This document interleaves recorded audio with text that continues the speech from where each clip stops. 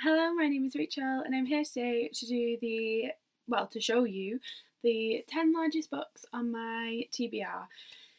These aren't all on my immediate TBR, as obviously I'm not going to read these within the next few months. These are books that are going to take me quite a while to read, but they are all books that I am excited to read and really want to read. Some I want to get to a lot quicker than others, which I will let you know.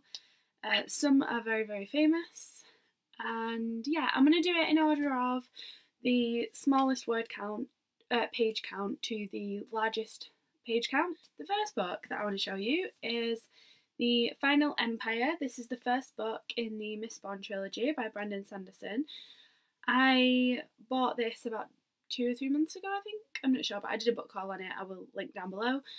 And I really do want to read this. I think this is going to be the next fantasy book that I pick up. I want to get to this soon, but the two books that I would count as being like this that I need to read first are Morning Star, because it's the last one in the Red Rising trilogy and I love that trilogy, and Crown of Midnight in the Throne of Glass series. I know that they're not in the same genre, but I kind of have to read similar books and like take one from each. So I would read something that was horror, then something that's like fantasy sci-fi, then maybe something dystopian, then maybe a classic, then a romance, maybe a feminism, then I go back and I kind of circle what I read, because I don't like to read the same things over and over and over again, because then like the similar tropes kind of make it all a bit samey. So I really want to get to this soon, but I know that them two books are before it, but they are two books that I'm looking to get to very, very soon. So I think I'm going to try and get to this around January time. The next two books that I want to read are both based on feminism, and both books I have read parts of.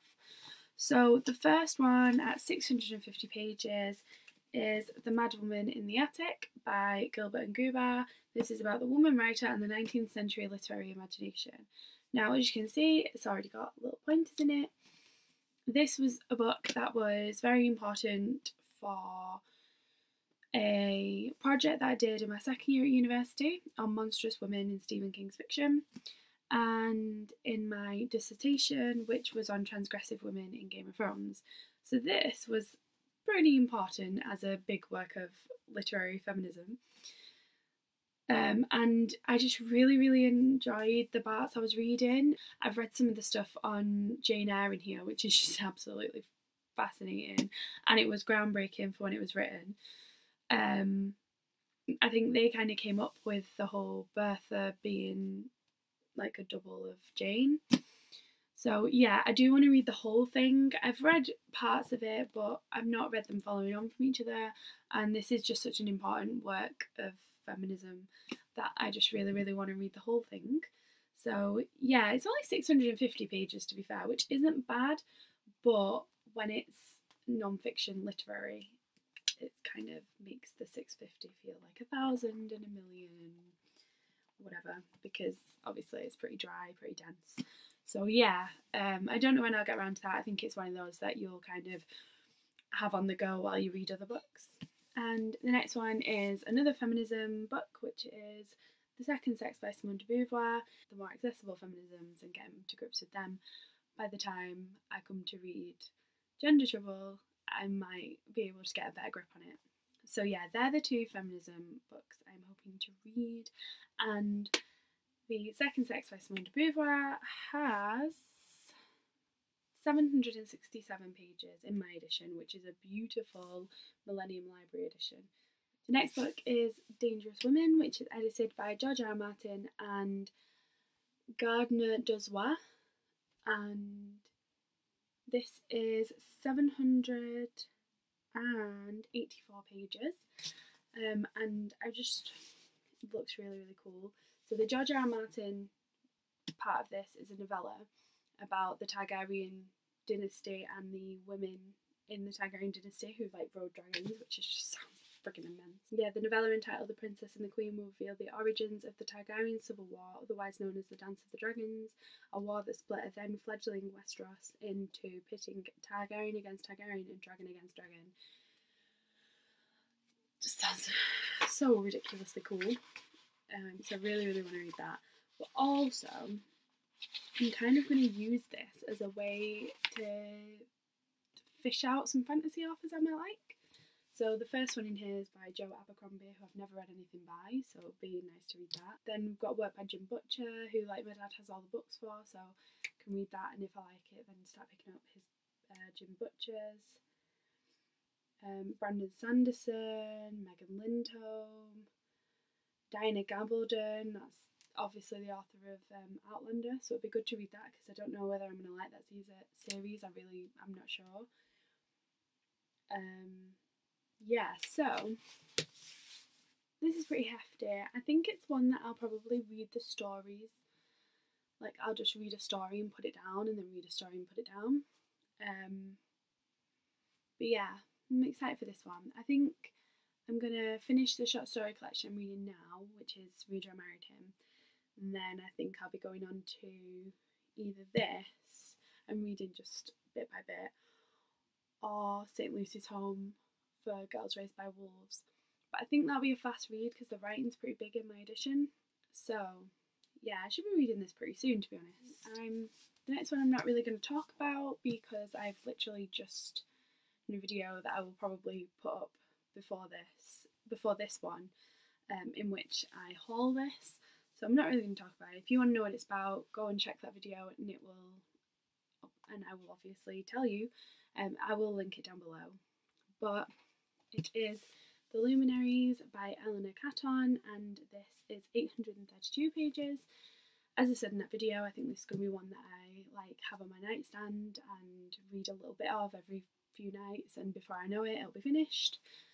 And it just sounds really, really cool, and it won a Man Booker Prize in 2013, so that's always good for knowing whether it's good or not, and it's absolutely gorgeous, especially this mine, as I said in the last video, but I'm saying it again. So yeah, excited for this. Then I have another fantasy book by an author who my dad raves about and is very, very popular, but I've never read anything by, and it is Magician by Raymond E. Feist. This is about Pug, who is an orphan kitchen boy with no family, no prospects. He's destined to become a master magician. I have the second one in this series or trilogy, I'm not quite sure.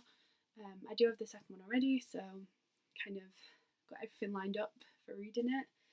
Says, a war is coming to the kingdom of the Isles from another world, bringing with it chaos and destruction. Pug yearns to train as a warrior and fight for his kingdom alongside his foster brother Thomas, but instead he is forced to follow a different path, a path that will lead him right into the heart of the enemy, and one that will change the course of the war and of two worlds forever.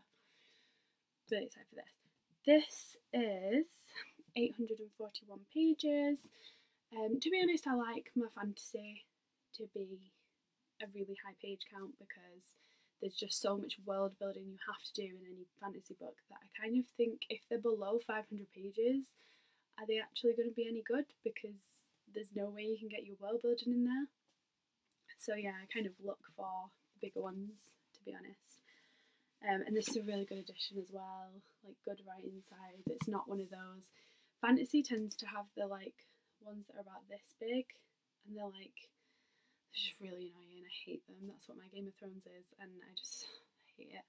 Like this, Gone with the Wind. They're like mini copies if you compare them, and it just aggravates me. So yeah, that is not one, which is great and means I will probably pick it up. Next is a book I've wanted to read for quite some time. I've never read a Hilary Mantel book, but this is the one I want to read the most.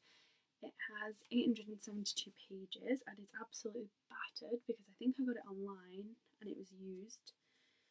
I didn't quite think it'd be that battered, which is annoying, but it is A Place of Great Safety, and it is based around 1789, around the revolution in France, which I love France, I love learning about the French Revolution.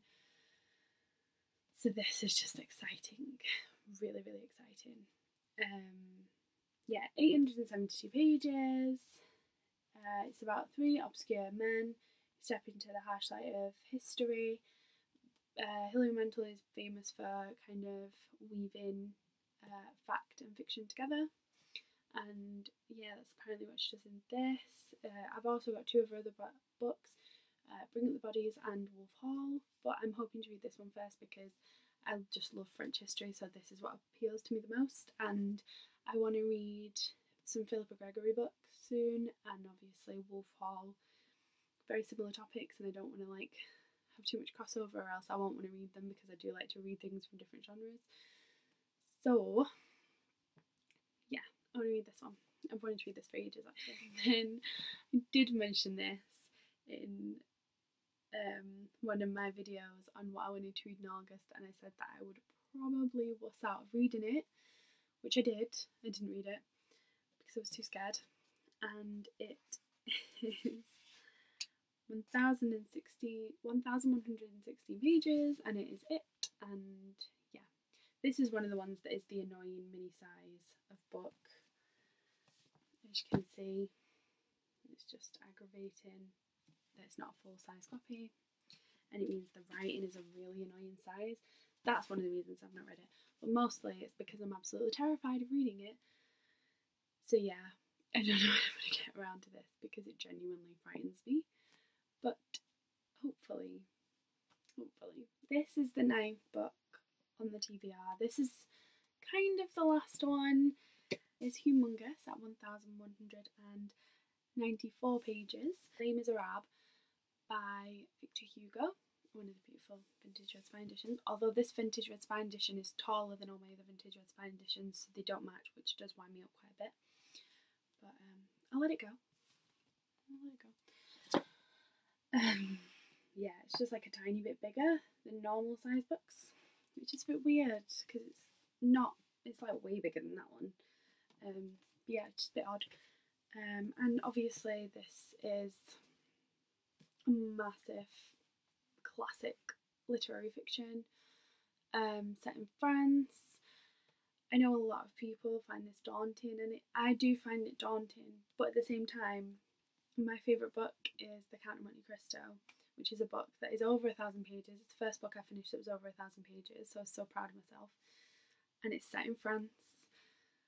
So I'm kind of hoping that this is a big book set in France, not set anywhere near the same time, but set far enough back that I'm just kind of hoping that it makes me like it a bit because it will make me nostalgic for my favourite book.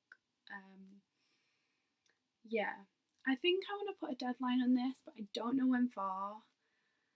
I think I'd like to have read it in the next 2 years. So hopefully I read it in the next 2 years.